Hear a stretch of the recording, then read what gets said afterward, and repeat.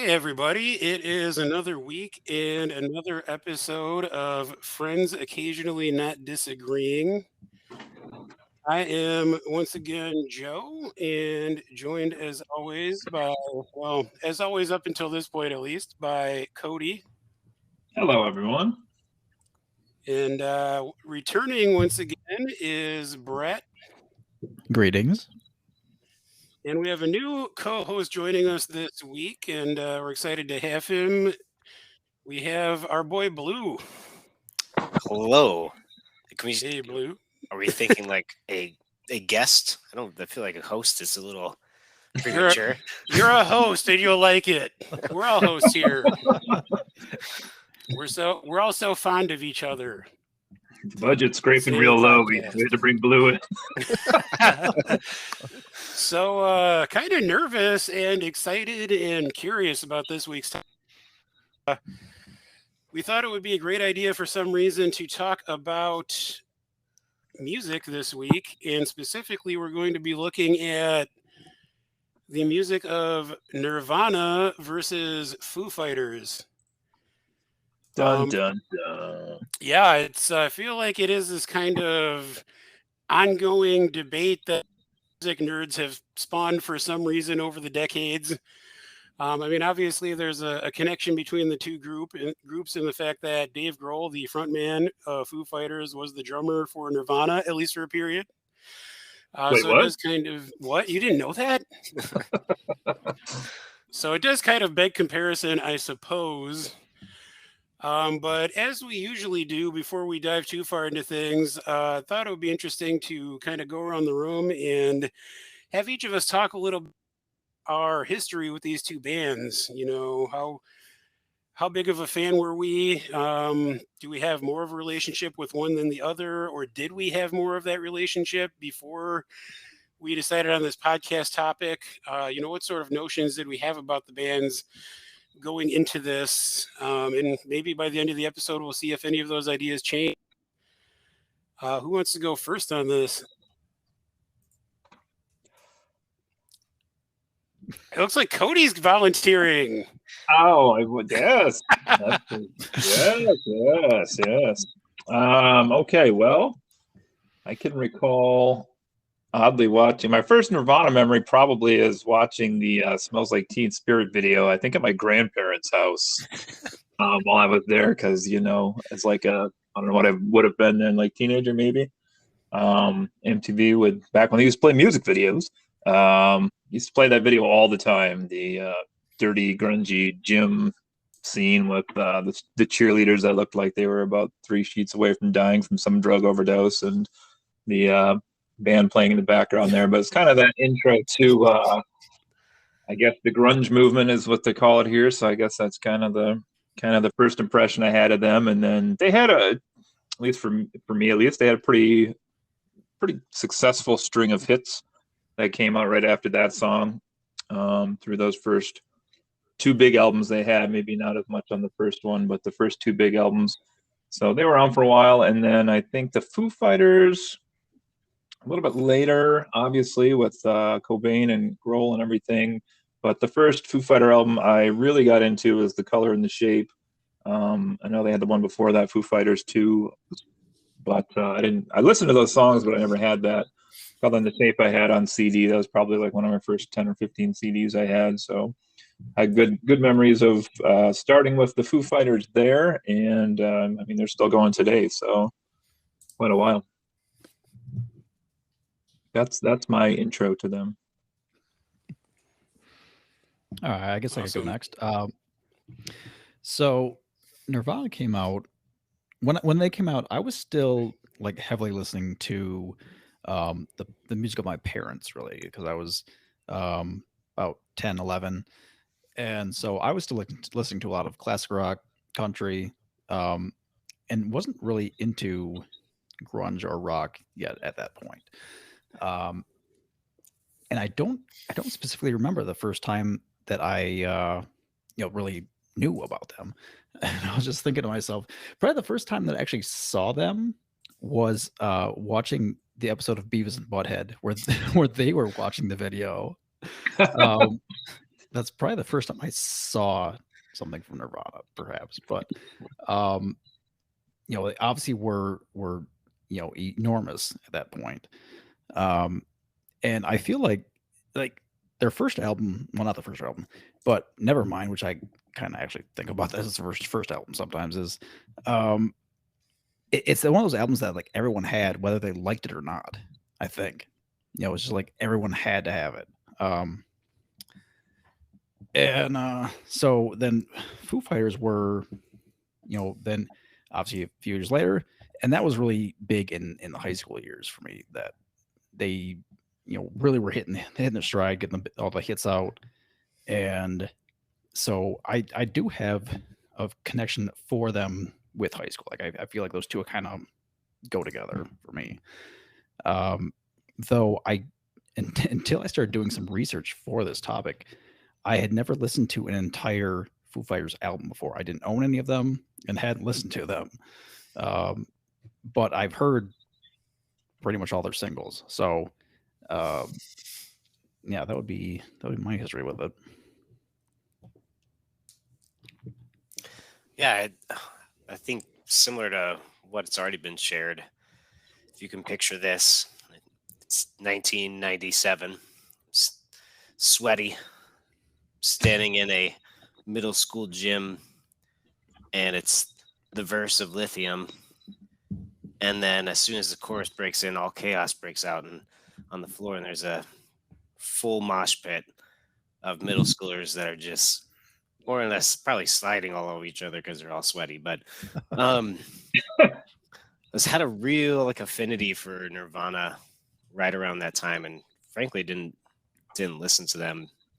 And like Brad, I think for me, Nevermind was like one of the first like CD albums I owned of theirs. And then for Foo Fighters, similarly, Color and Shape was like the album I really cut my teeth on for Foo Fighters. But admittedly, I think Foo Fighters for me is one of those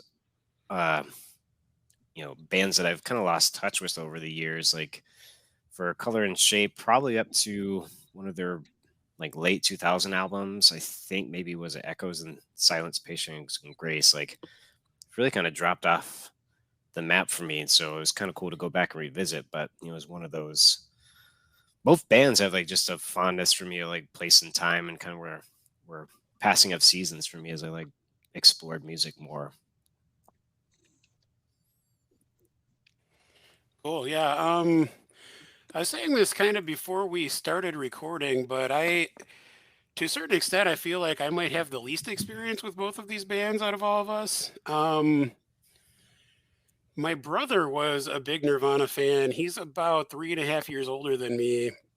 And I kind of feel like I was maybe a little too young when Nirvana kind of became a thing.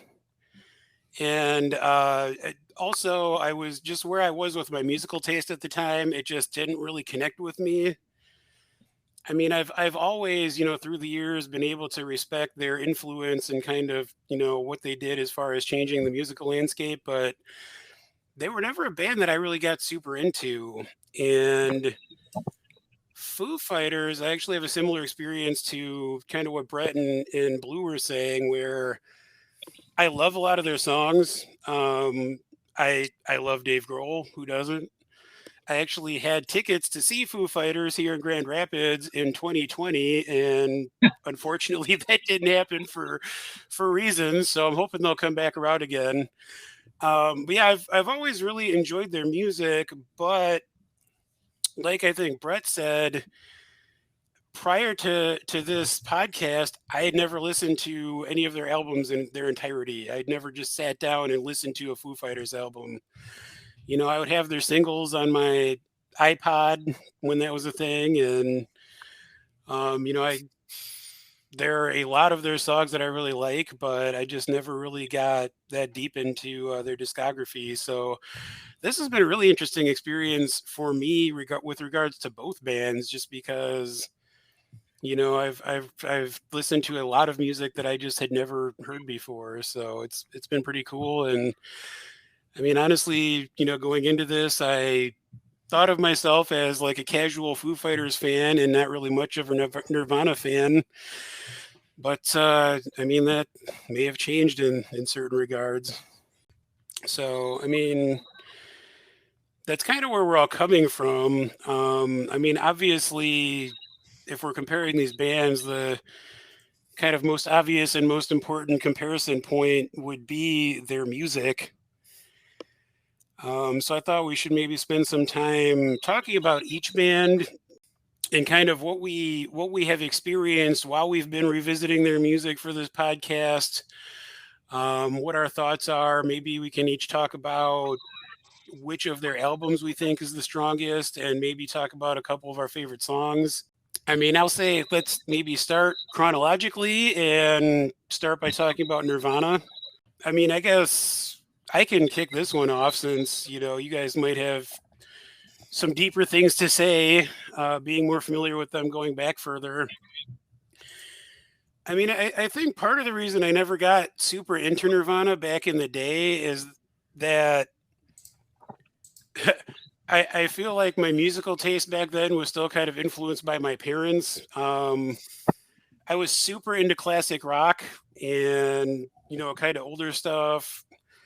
And my parents, of course, heard music like what Nirvana was putting out and just said that it was noise and seemed to be kind of dismissive of it. I mean, my brother loved it probably for that reason because he was always kind of, edgy and he was into the cool stuff, and I just wasn't cool enough at that point to realize it. But I mean, as I've gotten older, I've grown to appreciate. I have super eclectic musical tastes, and I don't know why I never really went back and listened to Nirvana before this, but I kind of wish I had. But I went through their 3 studio albums, Bleach, Nevermind, and In Utero, and just went through them, listened to the entire albums, went through chronologically, and I was kind of blown away from the start. Like, Bleach is just so like raw and loud and heavy. Like, I was honestly kind of surprised by just how heavy a lot of the like guitar riffs and distortion is. And I mean, I've got through phases with music, but I have a little metal head in my heart, so a lot of that riffage really made me happy. And I mean, that whole album to me just kind of feels like a giant fuck you to like everybody who's listening, but in the best way. It's like it's just so raw and angry. And I was kind of, I mean, my familiarity with Nirvana before this was mostly centered around Nevermind, which, I mean, not that that doesn't have a lot of that kind of raw fuck you energy, but it's a lot more polished and produced. So that kind of caught me by surprise in a good way. And I mean, honestly, I was won over pretty instantly, just from the start with Bleach. I mean, as far as their other albums, I do think Nevermind is a perfect album. So I think that there's a reason that that was the one that really put them on the charts and that most of us were familiar with.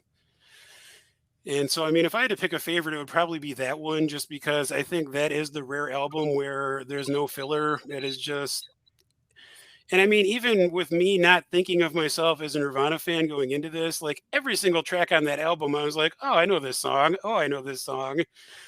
So it's just crazy for me that, especially being their sophomore album, and I could be wrong, but I think that was like their first major label album, like to just put out Probably. this just masterpiece. It's insane.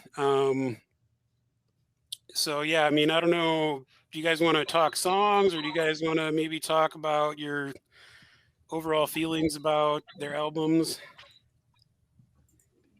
I mean, maybe you do your songs and then we'll Sure. pass the torch. I mean, I will say, like, In Utero is their 3rd studio album, and I honestly was not super impressed with that one. I mean, it had some singles off it that were great, but and from my understanding, the reason that I kind of bounced off it was by design, because that album was an intentional fuck you in the wake of Nevermind. Kurt Cobain, wasn't apparently super happy with the amount of production and kind of smoothing off the edges that happened on Nevermind. So In Utero is, a lot more raw again, but for me, it just doesn't have the same edge that Bleach did. And like the couple singles off it are great songs, but I kind of felt like a lot of the other stuff was filler, which to me is a disappointment in the wake of the, masterpiece that is Nevermind. So I mean, as far as like favorite songs, I picked three, and two of the ones I picked are off Nevermind. Lithium is a classic. I thought it was interesting because I always kind of took that song to be about Lithium. and about mental illness, and obviously Kurt Cobain struggled with a lot of mental illness and unfortunately claimed his life too young. But I mean, I always kind of took it, what I thought at face value was about lithium and people kind of maybe hallucinating things. But I read that Kurt Cobain said that it was actually it was kind of an update on the idea of religion being the opiate of the masses. And in his mind, it was about someone whose girlfriend dumped him, and he ended up discovering religion and clinging onto that, and like religion being the thing that sort of kept him from being suicidal. So it's kind of interesting because it is, I mean, I believe at various points Kurt Cobain, condemned religion, and it's just interesting that he often, and I mean, I watch interviews with him too, that he often talked about the idea of suicide, which I mean, I guess is not super shocking, but I just thought it was kind of an interesting take. But I mean, it's on its surface, I mean, the 90s, and especially like with Nirvana, I feel like that was when people really kind of started talking about mental illness and, treatments and things like that. But just, I mean, musically, lyrically, that song is so of that time and like just kind of captures a specific mood. And I feel like that, to me, that's like the song that I think of like when I think of Nirvana. Another song off that same album is In Bloom, and that's another fuck you song. I apologize to our listeners. Up to this point on the podcast, we have not cursed a whole lot, but I feel like I have to on this episode. But I mean, In Bloom is basically a song about people listening to Nirvana who should not probably be listening, or who don't get it. It's like people in the audience who start showing up to their shows who are not their core audience. In my mind, I picture it as like just, bros showing up to a concert because they heard a song on the radio, but they don't really understand where the artist is coming from. So Nirvana are the OG gatekeepers. Kind of, yeah. The grunge scene. Which, I mean, I guess is not cool, like looking back through the lens of today, but I don't know. I kind of get like, it reminded me, one of my favorite bands is Electric Six, and I'm not by any means comparing them to Nirvana, but they write a lot of like really tongue-in-cheek songs, and they have a song called I Buy the Drugs, which is super tongue-in-cheek. And I've seen them live a number of times, and inevitably at all of their shows, there's just like a bunch of bros up front, like, yeah, you're talking about buying drugs, and it's like this song is making fun of you people, like you're just totally not in on the joke. And I mean, from what I've read, In Bloom is kind of that for Kurt Cobain, although it's a little more straightforward. And then the last song I picked out is off Bleach, and it's School, and that song just rocks. Like, the lyrics are super simple. There's only like 3 lines of unique lyrics in the entire song that get repeated over and over. But it just has this like grungy guitar riff that is just kicks ass, and it just kind of creates this claustrophobic mood of, being kind of trapped in a cycle. one of the lyrics that repeats is "You're in high school again," and I think we've all had dreams where we have to like go back to high school, and it's just kind of this weird, deep-seated fear that everybody has. And I mean, in addition to just having that rocky guitar riff like that, it just really kind of captures that mood. Anyway, someone else talk now.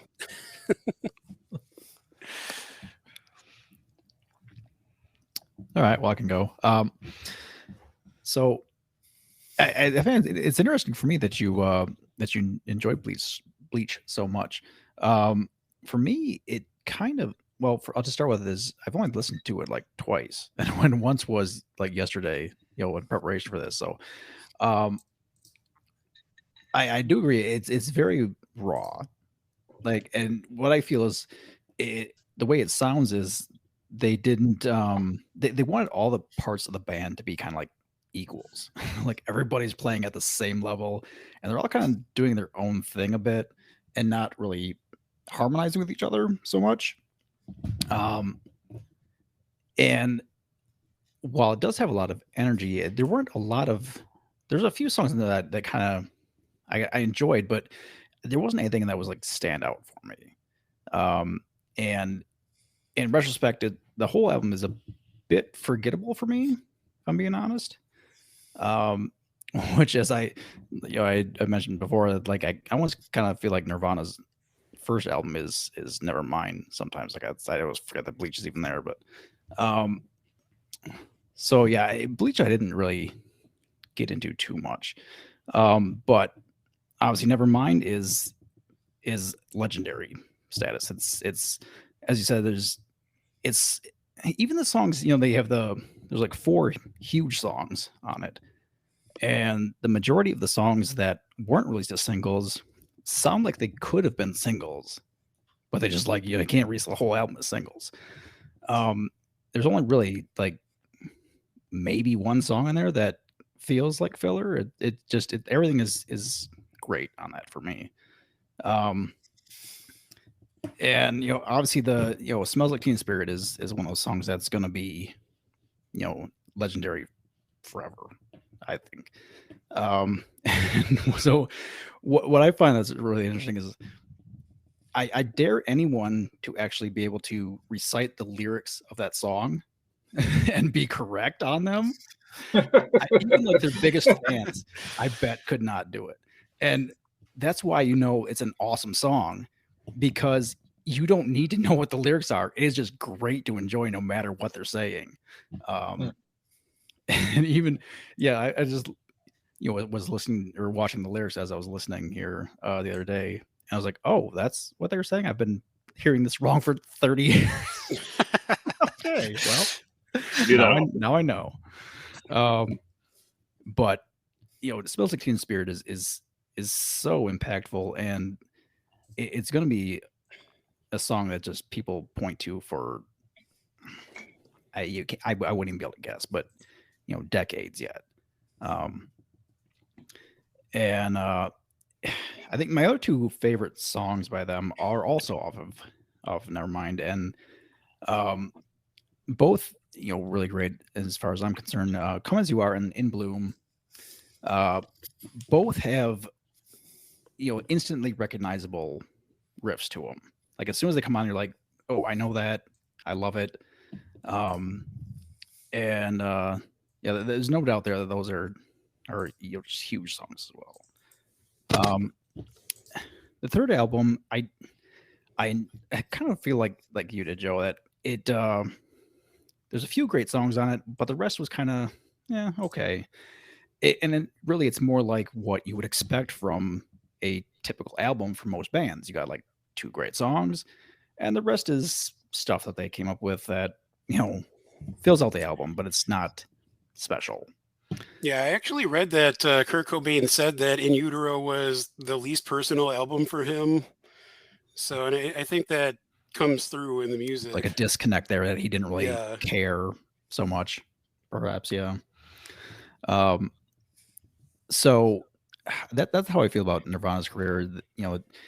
And we can talk about this more later, but it to me, I wonder if their trajectory, had they continued, would have continued on more as In Utero, and Nevermind was that one album that was amazing, and the rest from then on may have been just kind of, okay. Yeah, I think that's a great question. I think that is something we're going to have to kind of interrogate later because, you have to sort of ask the question of what would have happened with Nirvana if, Kurt Cobain hadn't died. For sure. Right. So yeah, that pretty much covers it for me for Nirvana. New guy, you want to go next? Sure. Yeah, it's like I think hands down, I think there's a consensus that Nevermind is probably. I mean, it's diamond, right? It's been sold so many times that I think clearly that is the bread and butter of Nirvana. I feel like it may just be.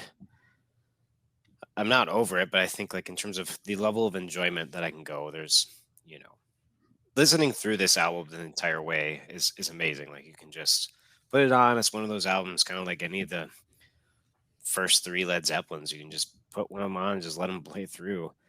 You don't necessarily get albums like that today where you're just captivated. But I'll say like there's some songs that I think I just don't enjoy as much, and that just might be because it served a purpose at time. Like Smells Like Teen Spirit. Great when I was, young in middle school and feeling angsty, and it's one of those ones I'm like, if I'm in the car and like my son's in there, I'm like, I don't know that I need to rock out to this one right now. But there's some that are just, I think if there's one song from Nirvana that is clearly my favorite now, it's All Apologies. Like that's just such a good song. Between that and I think Lithium, everyone's shared In Bloom, like those are songs that are just pretty timeless. And then I think if I wanted like a summative experience for Nirvana, just to see what they sounded outside of the studio, I really liked their live album at the Paramount. I think that's such a quality live recording, and it I think covers a lot of their discography. So I mean, you can basically get the greatest hits of Nirvana just seeing, through that live album. You're talking about the MTV live show? Yeah, it was I can't remember. I just remember listening to that one, on the way to school one day. Somebody passed the CD to me, and I was like, "This is really, really quite good for a live band."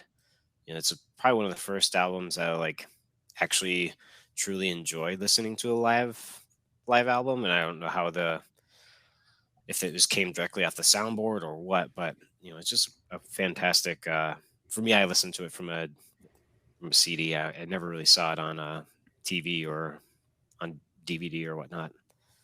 Were DVDs even a thing at that point? I don't know. No. Was it a VHS? No, Yeah. VHS. Also came out later then, but. What about you, Cody Fleming? Cody Cans. Cody. And I was a teenager quite a bit. I think I really liked Smell Like Teen Spirit at the time, but kind of like Blue just said, I feel like that particular song has really lost its luster with me.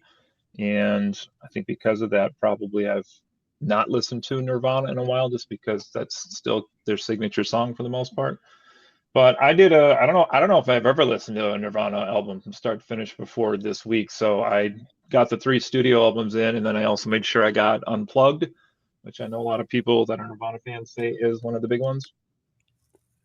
So I just took some notes. I'm like chaos this week. I have a notepad open with some notes on one album, and I have like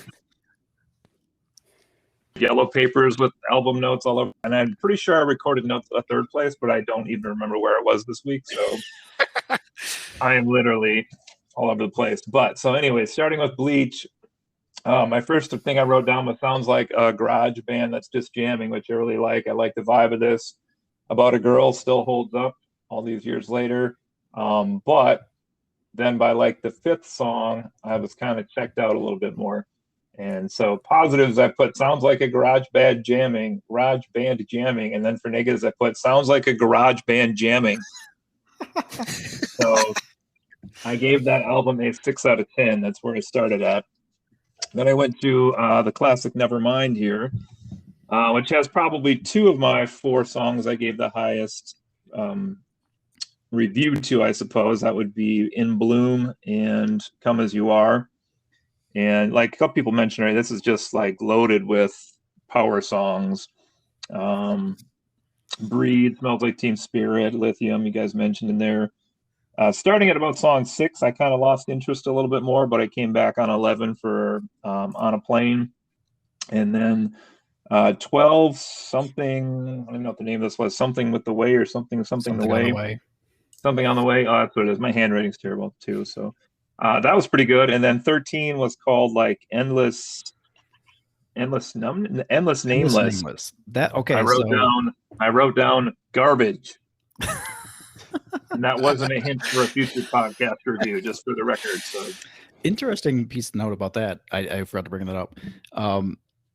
It was, if you guys didn't know, it was a hidden track on the album. Ooh. It played, there was 10 minutes of silence after Something in the Way ends. And then this song just comes on. I remember that. Yeah. And the first time I heard it, I was like, my stadies possessed. What is going on here? Like literally, like I even still get goosebumps a bit thinking about it because I was like, what is this? This is like, I think it was the first time I ever had a hidden track on an album that I own and listen to. Yeah, anyways, back to your description. I love that. The classic hidden song bit. So I gave Nevermind 8 out of 10 for my ranking, and then I listened to In Utero. Another 2 songs I like here to finish up. Heart Shaped Box, really liked, and then All Apologies. I also gave a high rating to on that one. So overall 7 out of 10. And in honor of song number 9, I've nicknamed my drink tonight the Penny Royal Tea. So nice. I mean, those are 2 classics for sure. With some Dragonberry rum, so I'm pretty sure that's not what they mean by the term. But anyway, digress. Last one, which I don't think I'd listened to this either before, and the first thing that shocked me was Smells Like Teen Spirit not on the track list, which I assumed it would be, being like I had. It's pretty solid. It's pretty solid all the way through, and Man Who Sold the World. We got some good covers on this as well from other bands that were really good. And yeah, I just thought they had a really good session there for that they recorded for MTV Unplugged, which used to be, such a powerhouse brand, I guess, or whatever you want to say, subset of albums that were released back in the day. And it was pretty good. That concludes my Nirvana section. Yay. Yay. Well, I'll talk about Foo Fighters. I'll streamline it a little bit more. I don't need to go through quite as much as I did for Nirvana, but like I said before, I had never just sat down and listened to a Foo Fighters album before this, and honestly, I don't feel like I was necessarily missing a whole lot. I'm gonna kind of get my hot take out of the way right up top. No, I mean, I did end up listening to all of their albums with varying degrees of attention. They have 10 studio albums at this point, so it's a little bit harder to get through than Nirvana. And I mean, I don't think we really need to talk about all 10 of them in depth, but I mean, they, like I said in my intro, they have a ton of great songs. I think that probably what is widely considered their best album is The Color and the Shape. That's the one that has Everlong and a few other hit singles on it. Honestly, to me,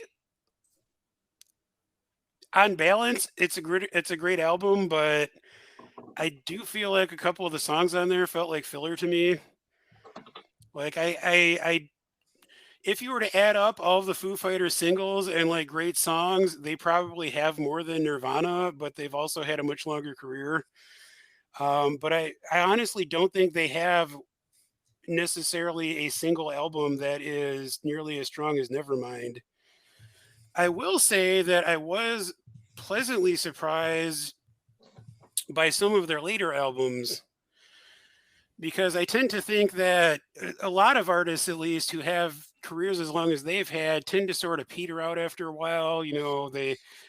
They do their best work up front, and then especially after you pass like the 20-year mark, things tend to not be quite as strong. But honestly, I think my favorite album out of all of them is probably Wasting Light.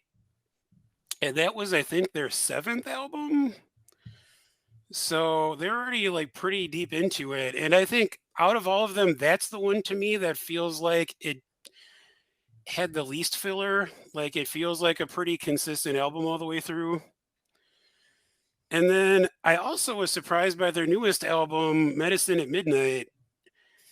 I really did not expect much out of that, but I enjoyed the heck out of it. I mean, I guess something we can maybe talk about is just consistency in terms of their sound over the years, because it does sound different than a lot of their other stuff, but I think Dave Grohl's stated mission with that album was to be weird and to have more of kind of like a groove based album, which it definitely is. Like it's got a lot of like funky riffs and beats, and it kind of makes you want to dance. So, I mean, overall, while I don't think most of their albums are really ones that I need to listen to front to back repeatedly, I do think that they are still doing good work. And like honestly, that might have surprised me more than anything in listening to them. As far as favorite songs, I mean, it's kind of the most basic answer, but Everlong is one of my favorite songs by any artist of all time. A lot of it, I think, is like both a combination of nostalgia and mostly nostalgia. It just reminds me of a very specific time and place in my life. I don't know if you guys know this, but I don't know if our listeners know this, but I identify as a sad boy. Um, my favorite music artists include Nick Cave and the Bad Seeds and the National. I like to listen to sad music, and Everlong kind of feels like it lives in that wheelhouse.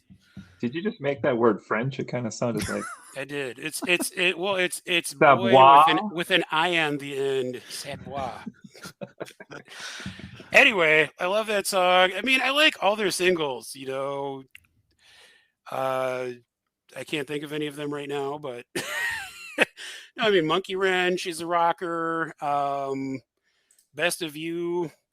I mean, that's the thing. Throughout their career, they have like a string of singles that I really enjoy, but um, I just don't think they have really a single album that stands out too much. Yeah, sure, I could handle that. Okay, so how about I start with this? This is not an original thought by me. It's just something I saw, and I was like, okay, well, I'll just roll with this. I saw a comment that said the Foo Fighters is what you would get if you gave Nirvana antidepressants.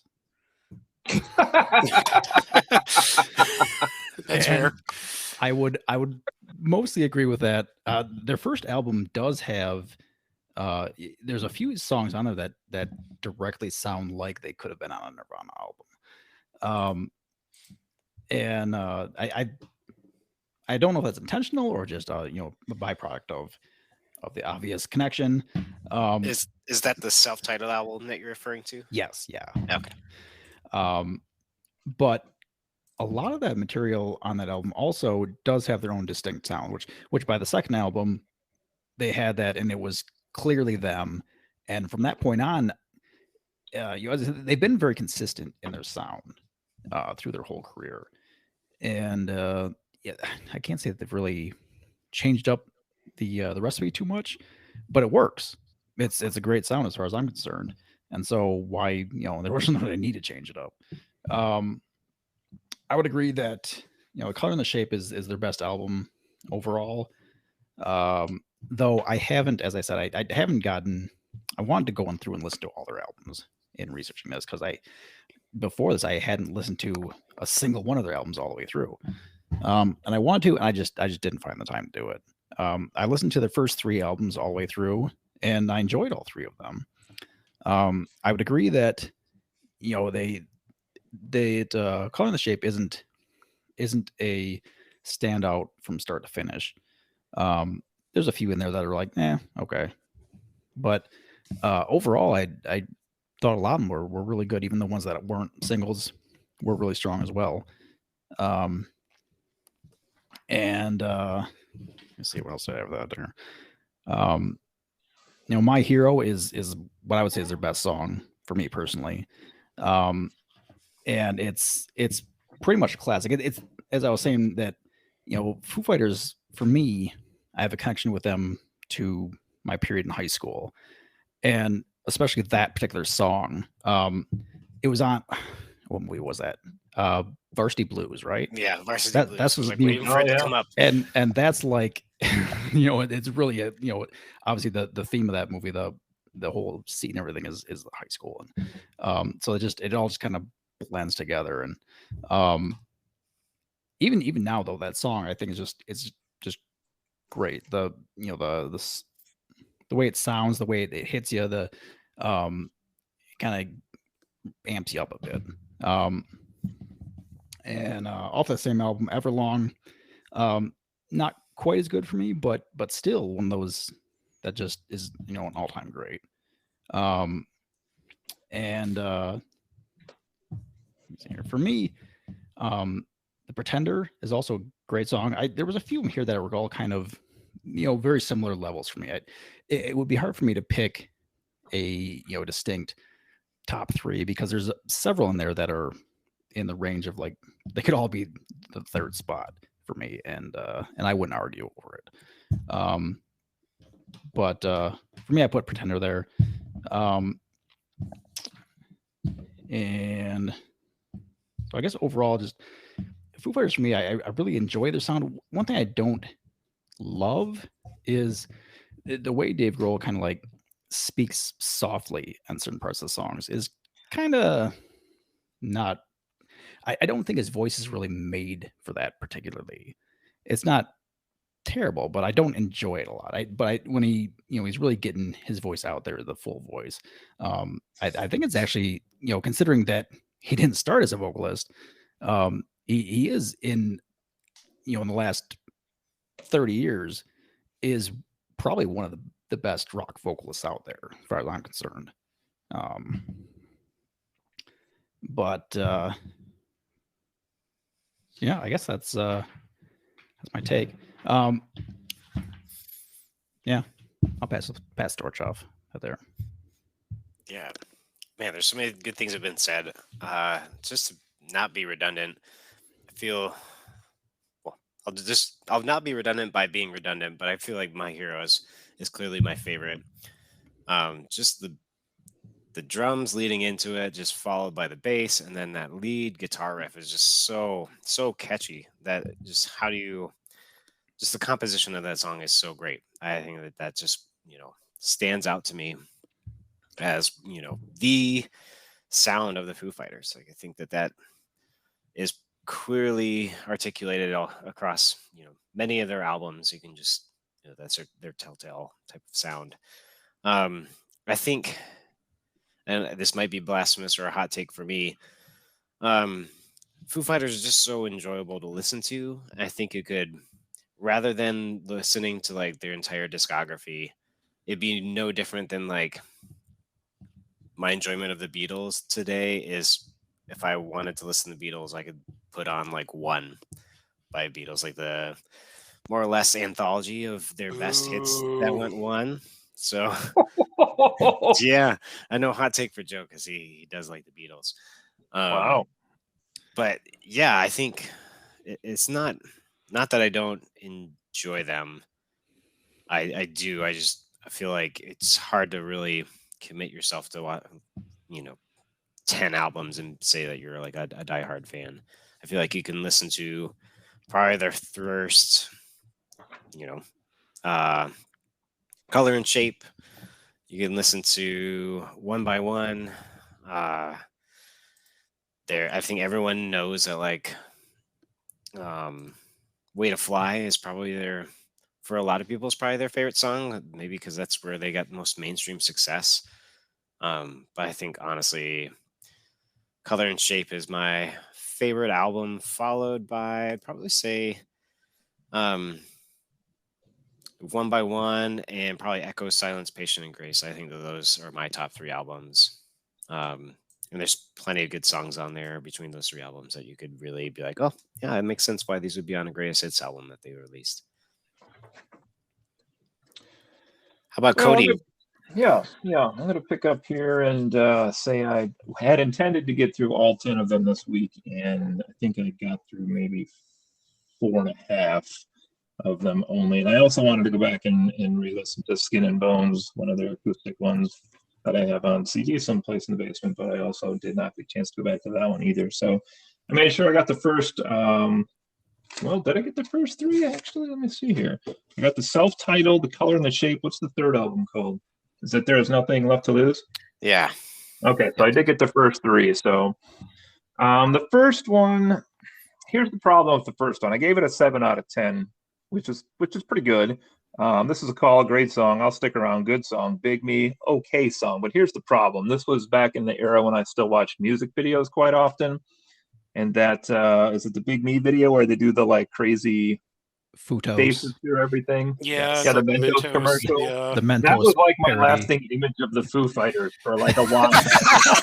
Yes. That was a So good they went video. from like, Dave Grohl went from like the grunge movement with Nirvana to this guy who's like this comedy ham when he's trying to make music, and like that was what I had in my mind for him for a little while. that did them no favors. Agreed. The last song on that album is called Ecstatic. I don't think I've ever heard that song before, but I rated it the highest on the album. So that's some good stuff right there. All right, fast forward a couple years, Color and the Shape. You've hit the big ones already. My Hero, Everlong's probably my favorite song of theirs as well. Monkey Wrench is great. I like Walking After You as well. There's some other ones on there I think that try to do a little more than they successfully do. Like some of you mentioned, it's not maybe solid all the way through, but it's still pretty good. I gave that. So here's the thing. I gave that as my top album. I gave it a 9 out of 10, even though I'm saying that. And it's because my list here for top songs that I tried to rate, and I agree with whoever just said this, you're all in about the same rating scale here. But my 1-2 is probably Everlong and My Hero, and they're both on that same album. And I mean, if your top 2 songs are on the same album, how can the album be a bad album? You know what I mean? So I gave it a 9 out of 10. Then we went to Nothing Left to Lose. I hadn't really listened to this one all the way through. I knew Learn to Fly. I knew Next Year. Generator, I think I had heard once. That was a pretty good tune. And Headwires, I don't know if I had ever heard that before. Maybe that was a pretty good song too. So I give it an 8 out of 10. And then I kind of did what Joe did here a little bit, but I skipped to the end because I was like, well, what do they sound like now? Even though I'd heard some of their stuff on the radio last year or two. And so their newest stuff, when I hear their new songs on the radio, I generally hear it the first time and I'm like, they've lost it. And then I'll hear it like 3 or 4 more times. And I'm like, oh, this is pretty catchy, actually. And I don't know how they do that, but like the Waiting on a War song, have you guys heard that song? That's Yes. on all the time in my car. And I'm like, there's like 10 lyrics, 10 words to this song. Like, this is a terrible song. And then the more I listen to it, I'm like, oh, it's kind of catchy. Yeah, I guess I don't mind this so much. Probably my least favorite song off that album. Your least favorite? Did they least favorite? Yeah, I mean, I don't hate it. I still kind of like it, but No, I rated it lower than some of the other ones on here. But I'm with Joe, actually. I thought the Medicine at Midnight was actually a pretty solid album all the way through. Making a Fire, I really like. Shame, I like. And there were some other ones on here too that I thought had some pretty good things. Joe, I was curious what you thought of Chasing Birds on the last album, if you remember that one. I listened to it and I was like, are we sure this isn't a Pink Floyd song? I'm trying to remember that. That one was a really I'll have interesting to one. listen to that again. I'll have to I mean, listen to that one again. Honestly, that is something that's, I mean, quick side note, like that's something that's come out of this for me is that even though I said that there are none of their albums that I feel like are as good as like Nevermind, like I do have a couple kind of dog-eared in my mind that I want to go back and listen to those albums again and, try to kind of absorb them more. And then as far as, I already mentioned my top 2 songs. I tried to really rate these. This was hard though. Number 4, I had Learn to Fly. And number 3 is Sky's the Neighborhood. Have you guys heard that one? I haven't seen too many music videos in the last 10, 15 years, but I, for whatever reason, did see this one. And I love the music video. It's just like these two creepy girls like playing with like, isn't that like a Ouija board or something downstairs? Or they're like singing out, they're reading out of a book. That's what it is. They're reading some like creepy story out of a book. And they're both like these little girls in this like 17th, 18th century house. And then like the Foo Fighters are on their roof, like stomping, and they think it's like the demons or the ghosts or something speaking to them. And it's got a really, really good tune to it. I really like that one quite a bit. And then they again kind of back to old school Foo Fighters, get a little weird at the last second when there's like apparently aliens watching them from the sky instead, and that's why the sky is a neighborhood apparently. So, if I'm understanding that correctly. But yes, okay. Where do we want to head next, Joe? Good question. Actually, kind of. I mean, this could maybe.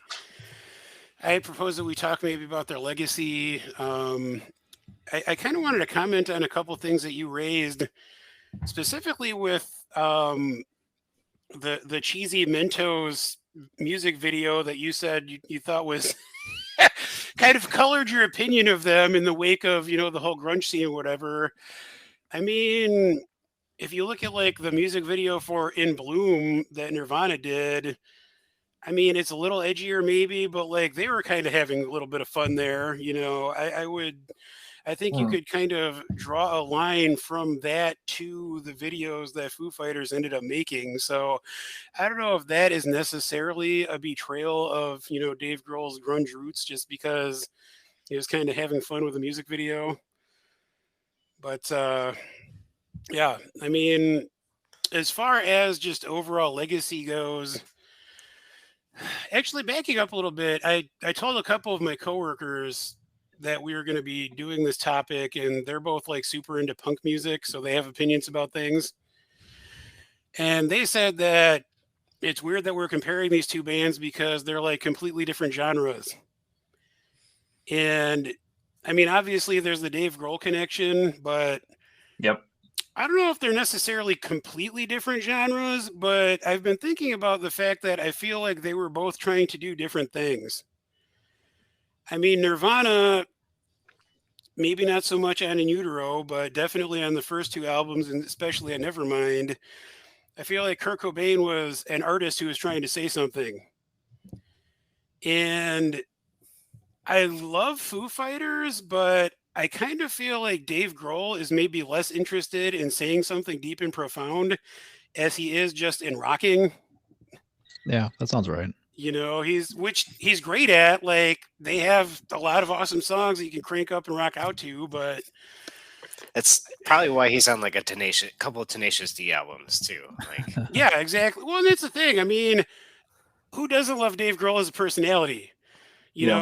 He basically has turned into like rock and roll dad. Like, I would, if we were discussing which band would I rather have a beer with, it would absolutely be Foo Fighters. Like, I mean, like Taylor Hawkins, their drummer, like all those guys seem like they're fun, Yep.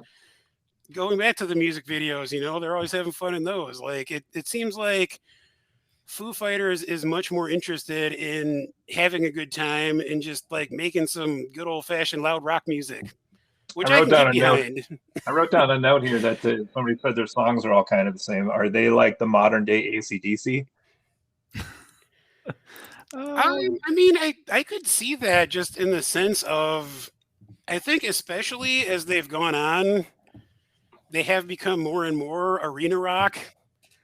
Like they do kind of have a formula in the sense that it's just like the Final Countdown. Well, it's like loud guitar riffs, kind of soaring choruses, maybe they're designed with the potential of audiences singing along.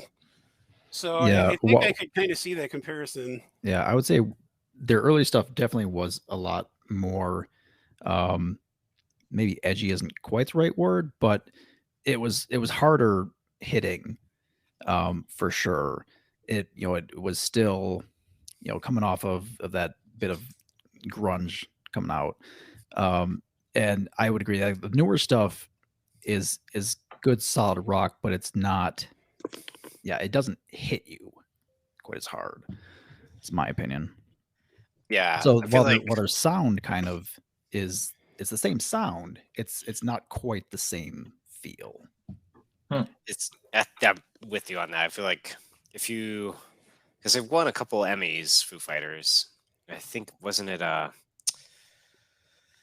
they've won rock, but like hard rock, right? I feel like those are kind of genres and subgenres. Like I feel like Foo Fighters certainly aren't like pop rock, you know. You talk about the Grammys, or do you think Dave Grohl won an Emmy? I think he No, meant Grammys, yes. The Grammys. Okay, all I think right. he won an Emmy for. He is versatile. I mean, his- if they his gave Mentos Emmys for music music video. videos, I wouldn't be surprised if they won that. But Yeah. I think I similarly like Foo Fighters are definitely just one of those bands that's probably going to be, eventually be timeless. If they aren't already, like pretty much a household name. But music videos, if you want to go off on a tangent, I think that's just probably where I didn't hear Everlong first, but I think my first exposure to Foo Fighters was My Hero, and the music video of that is pretty awesome too. It's just like this random dude running down the sidewalk and then runs into a burning building. The band's just like playing music while he's like rescuing babies and people, and he's running into an apartment building and saving just this random person. And you're like, okay, yeah, like maybe this the way that's filmed is like you put yourself in the shoes of this person running into a burning building. I was like, yeah, that's a pretty cool band. 12-year-old me. So Never would have Yeah. guessed you'd like a music video about somebody running. What are you doing tomorrow, Blue? running. Yep, you guessed it. Actually, Not into burning buildings, hopefully, but don't do that. I watched one of their videos earlier today that I hadn't seen before, which was actually for one of the songs from Wasting Light called "Walk." Any of you guys watch that video? It's like very obviously inspired by the classic Michael Douglas movie Falling Down, but like not quite as dark as that. But I mean, you guys should check it out. But they do always have fun with the videos. I mean, I think if we go back to kind of the question of legacy, I don't think anyone could argue with the fact that Nirvana fundamentally changed the face of music. I mean, they basically brought. I mean, I've read multiple people say this, that they made alternative rock mainstream. I mean, they brought the grunge sound to the mainstream. And I mean, Foo Fighters, their legacy is still ongoing. They're still making music. They're still touring. They actually just had a feature film come out, which I don't know if you guys are aware of that, but I didn't watch the trailer, but I saw there was a trailer for it. Yeah, they made a movie called Studio 666, which is apparently like a comedy horror movie. And I mean, like Blue said, Dave Grohl is buddies with Tenacious D, so he's had his hands in all kinds of things. I mean, I honestly think the legacy of Foo Fighters is probably more Dave Grohl than it is Foo Fighters as a band. He's just been all over the place, and like I said, he's the rock dad who everyone wants to hang out with. yeah, maybe it's like I don't know. We made the comparison with like AC/DC. I feel like it might be more comparative to like Dave Grohl started out writing the self-titled album by himself, and it wasn't until like the second album that he started to put a band around it. So, I mean, who comes to mind there would be like Tom Petty for me. Like, Yeah, that's fair. It may not be comparable. Tom Petty's timeless, but I doubt that, there'll be TBD. But I feel like for the most part, like that's how I would characterize the evolution of Foo Fighters. Yeah. I mean, I guess we could. Well, I mean, we should say for anyone who doesn't know, the first Foo Fighters album, Dave Grohl wrote and played all the instruments and basically did everything himself. And it was very much his reaction to Kurt Cobain's suicide. I believe he had written most of, if not all of the songs before, but Cobain's suicide is kind of what prompted him to go into the studio, and it was kind of his way of working through things. So, I mean, that kind of falls under Nirvana's legacy, I guess, in a way, because Foo Fighters might not have happened if it wasn't for that. And actually, I read an interview with Dave Grohl where he said that, even if Foo Fighters would have become a thing without Nirvana, that they would not be who they are now without Nirvana, because just the fact that he had been Nirvana's drummer opened a lot of doors for him. So, I mean, Yeah, to a that's a good certain point. extent, we might not even be having this conversation if it wasn't for Nirvana, because we might not really know who Foo Fighters were. So it's tough. I mean, I think it's hard to. I think it's almost inarguable that Nirvana's legacy is kind of far greater than Foo Fighters. Yeah, I put an interesting note down here earlier today, and I was listening to all this stuff too. In my mind, and other people have different opinion on this. I'm sure you and other people listening as well. But in my mind, Dave Grohl is like the last lead rock star, and that's weird because there's all these bands that have been around longer than him that are still going and still popular today, and there's bands that have come around since him that are still popular today. But he is like the last regularly performing, I feel like, lead rock man. You could maybe put an argument for like Green Day in that role or something like that, but they're a little more punkish, I guess. And he just seems like the role that the Foo Fighters has taken on has kind of been like the steady rock act of the last 20 years, right? So like you have a Metallica, yes, but like Metallica's not always there. They come and they go, and when they come back, it's an event, and they're like now like event rockers almost. New album drops, and it's like, hey, Metallica, and then they Yeah. disappear for like a year or two. The Foo Fighters always have like two songs that are on my radio when I'm driving to work every day. One old one current one, whatever. I can't believe you And still then listen to the radio. I do sometimes, but I'm not listening to friends occasionally not disagreeing. Ooh, Local I've podcast heard that's a is good one. But here's the interesting thing. So he's like the last rocker on my mind. So I had this profound thought earlier, which was when Nirvana came out and they basically killed off the old style of rock, right? The hair metal bands and like the early rocks for grunge music. So I wrote down, it's interesting that like Dave Grohl is like now keeping alive what Nirvana killed off back then. So like he has kind of gone from the guy who did that act to the only guy left who is still fighting for that genre to be represented on the radio. Thoughts? That's a really interesting Yeah, point. I think that's pretty apt. Yeah, it's like it. Joe, you started it off. It's just like you can't deny how influential Nirvana was for alternative to grunge to bringing it to the mainstream. And yeah, who knows what would happen if we didn't? We'd have a different sounding Foo Fighters, if not at all. Yeah. But yeah, I don't know. I think it's hard to like. One, we're just speaking. It would be anachronistic to say anything differently. But I like what you said, Cody. I think that the Foo Fighters clearly are somewhat of a perpetuation of like Nirvana in some sense and keeping that style of rock. For me, I'd love to see a revival of like 90s slacker rock. Like that's, I feel like that was maybe a dialectic that emerged or was just popular at the time shortly after Nirvana. But yeah, there's not really it'd be curious to see like if, modern alternative doesn't even compare to how much enjoyment I got from like 90s alternative. Like it's just, even when I do listen to the radio now, like the alternative station is just, one moment they'll be playing the Foo Fighters or Nirvana or something else, and then there'll be like Post Malone or something that's almost like Billie Eilish. There's a lot of variance on even most alternative stations today, which I wouldn't necessarily consider alternative. So I don't know, maybe that's just an evolution of the genre, but in that aspect, I feel like Nirvana is clearly timeless. Like if there's a definitive sound from the 90s, Nirvana is at least in the top, is number one, and then probably followed by similar other bands from the late 80s, early 90s. Brett, do you have a take on that?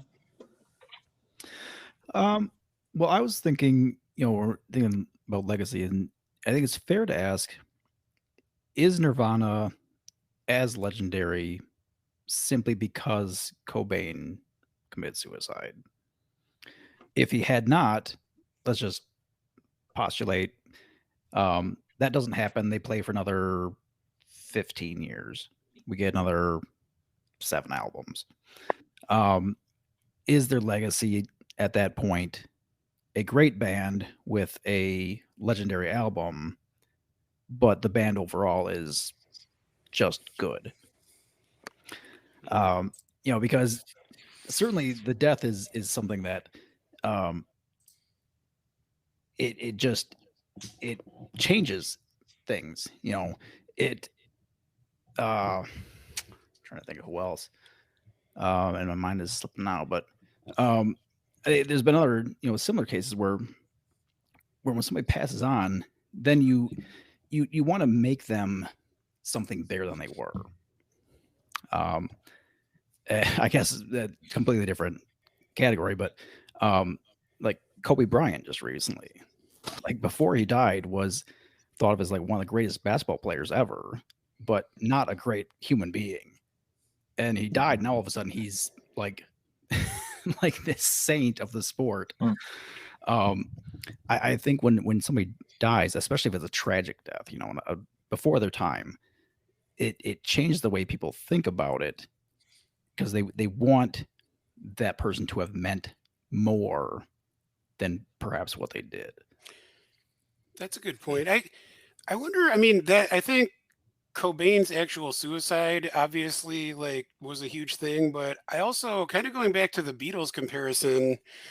I wonder if part of it is just the fact that they didn't have a chance to ruin their own legacy.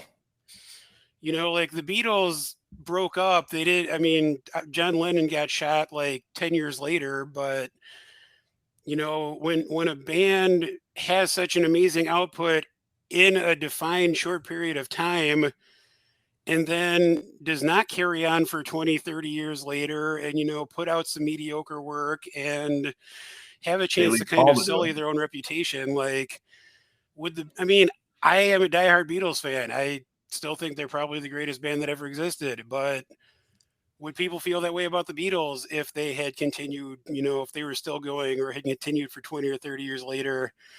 Or is a lot of it because they had kind of a perfect streak and it ended and that was that? I think their perfect streak was when they quit. That was really the whole duration of their perfect streak. But I mean, I think that applies to Nirvana as well. They had, I didn't love In Utero as much as the other two, but it's still a really good album. And I think they had a great run and it was tragically cut short. And yeah. If you just compare Brett, I love Brett's point. I think it's just like the one to take home is, what am I trying to say here? More or less, like, I think there's some negative aspects in the 90s, right? So I think it was probably negative at the time, but created some positive influence maybe around discussions around mental health. It clearly maybe was a brief discussion point about,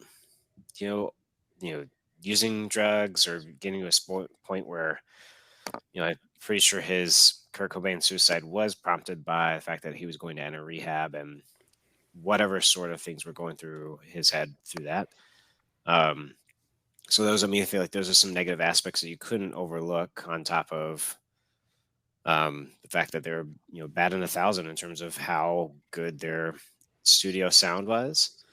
And maybe that's kind of fusing Cody's point here about Foo Fighters is, Nirvana took a lot of risks in terms of what music they went in the studio and chose to record, where it sounds like, Foo Fighters is much more formulaic. It still has that mainstream appeal. They don't really try to rock the boat in terms of themes or language or evoking things that are going to be controversial, where Kurt Cobain, he's got a raspy voice. He's going to just naturally get into your head about the way he delivers songs, whereas Grohl is not that jarring or, confrontational to you.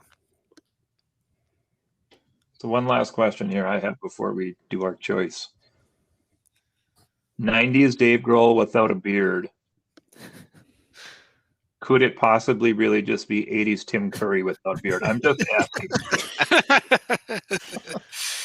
Have they been seen in the same place at the same time? I'm just asking. All right. I would love to hear like 80s Tim Curry singing with Foo Fighters. That would be interesting. All right. Anybody have any last thoughts before we what do we decide on? Are we doing the better band, or how are we wording this Well, one today? so I don't think we did really decide. You had Not really. proposed maybe we do a spectrum, like we could say we're like 60% one band, 40% the other band, Oh yeah, or we could just say which one we think is the better band. that's a good call. We'll leave it up. Let's leave it up to the new guy.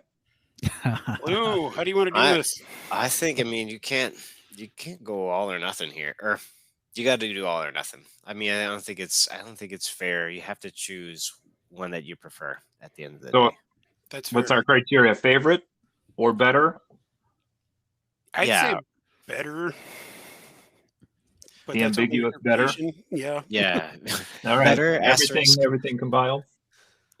Can't find a better band. Oh, save that one. Save that one. Next, you can tell us what you think the words to Yellow So I'm Ledbetter saying, are. I mean, I think, you know, Alexis and I were talking about that earlier. That is my favorite Pearl Jam song.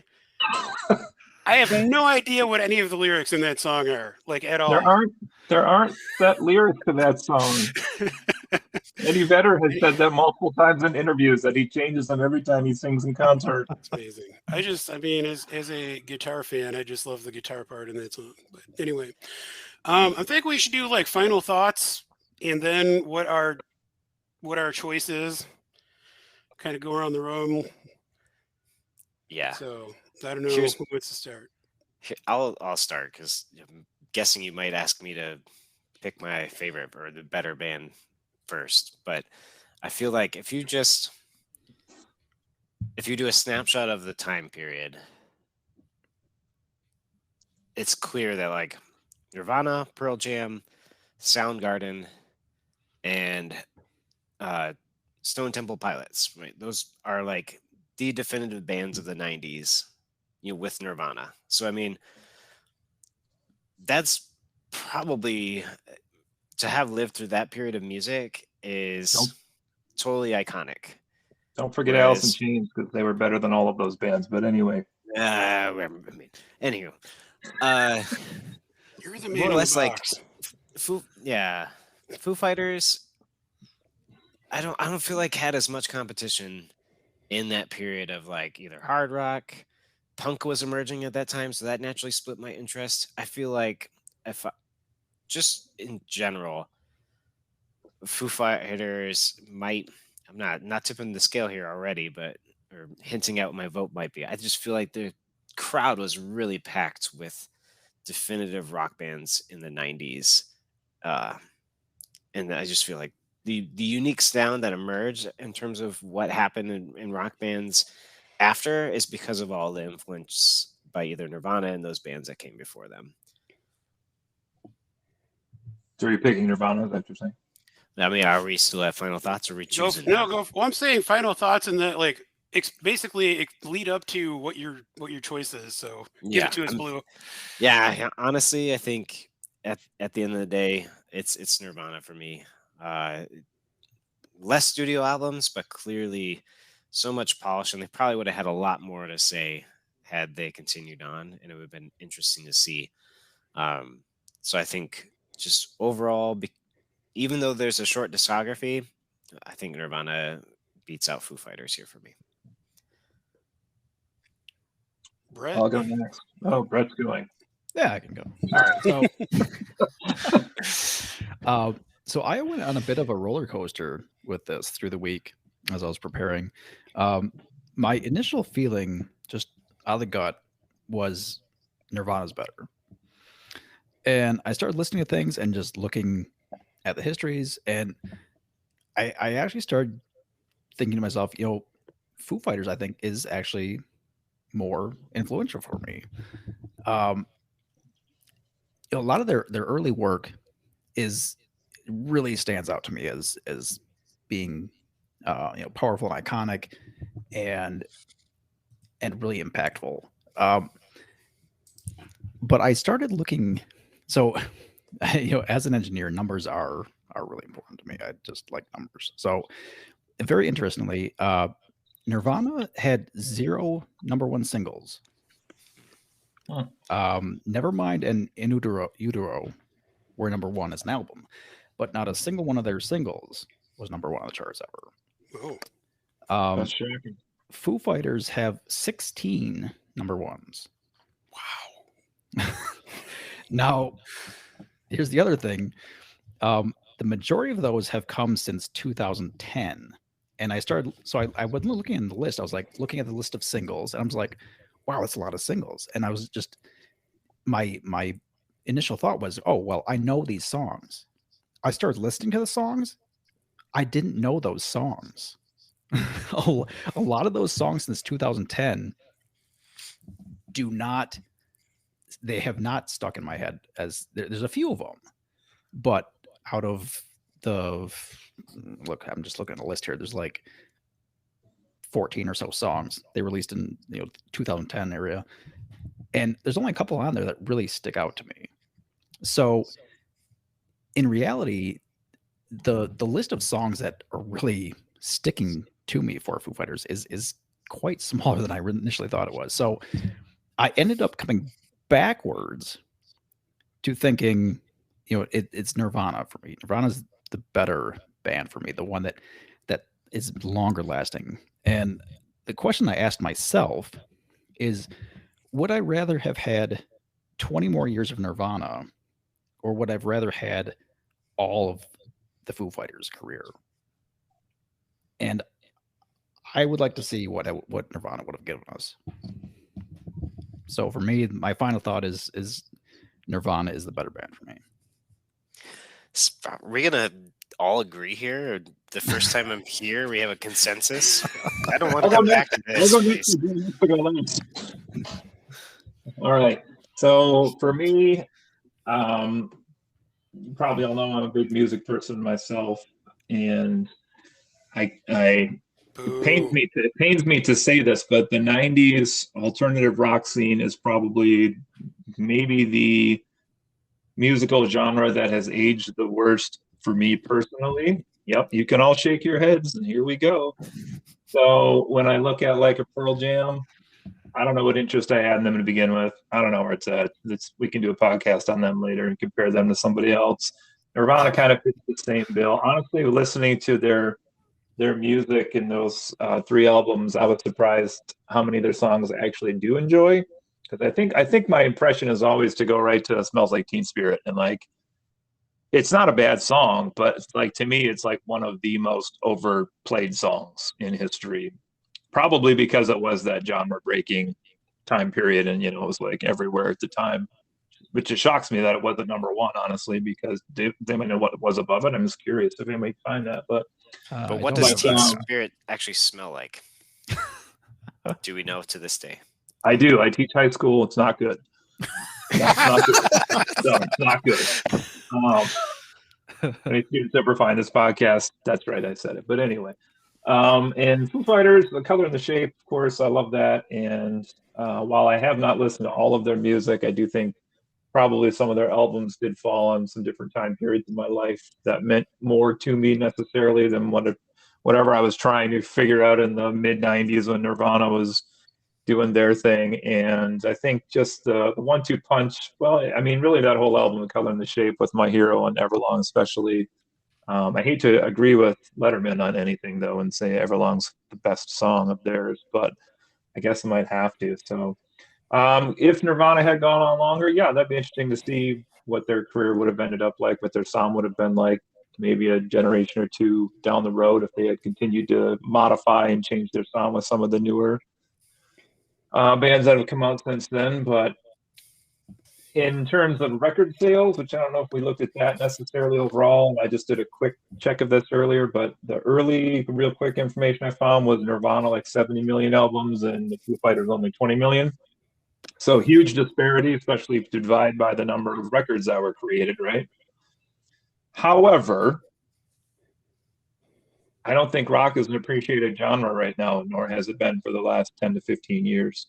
I really think the influence of rap and whatever the hell they call alternative music these days has taken over so much of the market share that, like, I play rock music to my students every week and they're like, what are you listening to? And, it's like, this is music. Like, this is emotion. This is range. This is talent. You guys don't know that because they don't do that in your songs. But so I'm going to flip it and say, because Nirvana is still successful with all these number one songs that you're talking about, Andrew, I think it is maybe not as impressive, but certainly very impressive that they're managing to do that in a much diminished market now where nobody. Do you mean Foo Fighters? Because you said Yeah, Nirvana. you did say Oh, I Nirvana. meant Foo Fighters. Yeah, sorry. We almost got him to. Joe, you should have just let it because you. I just said know. I was like, Nirvana. is he going to agree? So I picked the Foo Fighters all day and all night. 80-20. Wow, man. Yeah, I said it. I can appreciate your perspective, even though I disagree with you. That's fine. It all comes down to me. I've got another confession to make. Like Brett said, I went on a giant roller coaster ride with this podcast as well. As I said at the beginning, I have long considered myself at least somewhat of a Foo Fighters fan. Never really thought of myself as any sort of Nirvana fan. And the whole idea of who's the better band is a tricky question because it's kind of undefinable. If the question was, which band would I rather hang out with? It would be Foo Fighters. If the question was, which band would I rather listen to at any given moment? That might be Foo Fighters, honestly. I think Foo Fighters is in general more fun to listen to. I think Nirvana, you have to kind of be in a certain mood, and it kind of demands more of you. But it's hard to argue with Nirvana's influence. I mean, they literally changed the music world. And one thing I have spent some time thinking about is what would have happened if, Nirvana had continued for 20, 25 years. My kind of knee jerk reaction was to just assume that they would, decline. Most bands over time, their musical output kind of gets progressively worse. They run out of things to say. But two of my favorite artists who I mentioned earlier, Nick Cave and The National, both have. The National's been around for about 20 years. Nick Cave has been around for over 40 years at this point. I think both of their respective most recent albums were the best albums of their career. So I don't think you can necessarily assume that, a band isn't going to be doing amazing work that far in. And kind of as Brett said, I think it would be interesting. I think I might have been more interested in what a Nirvana would have done after 20 or 25 years than whatever Foo Fighters are doing now. Because I think that Kurt Cobain, I don't want to say that Dave Grohl is not an artist. He's a super talented guy. But I feel like Kurt Cobain was more interested in expressing things and saying things and, being an artist.